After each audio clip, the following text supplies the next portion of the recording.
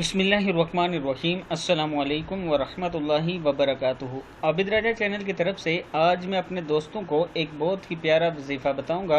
उससे पहले मैं अपने तमाम दोस्तों से गुजारिश करूंगा कि अगर आपने अभी तक मेरे चैनल आबिद राजा को सब्सक्राइब नहीं किया तो ज़रूर कर लें, ताकि डेली आप तक अच्छी अच्छी वीडियो पहुँच सकें।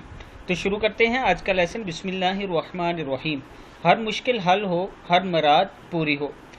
इसके लिए आपने किसी भी ख़ास मकसद को हासिल करने के लिए बरोज़ जुमा नमाज असर के बाद मगरिब तक या अल्लाहु या रहमानु या रहीम पढ़ते रहें। अव्वल आखिर 11 बार दुरूद शरीफ लाजमी पढ़ें, फिर अपने मकसद के लिए दुआ करें और वहीं मसल्ले पर बैठे रहें। इसके बाद मगरिब की नमाज़ पढ़ कर या हुसूल मकसद तक हर जुमे को करें। इंशाअल्लाह आपके तमाम मकासद हासिल होंगे। यह अमल नहायत आज़मुदा है।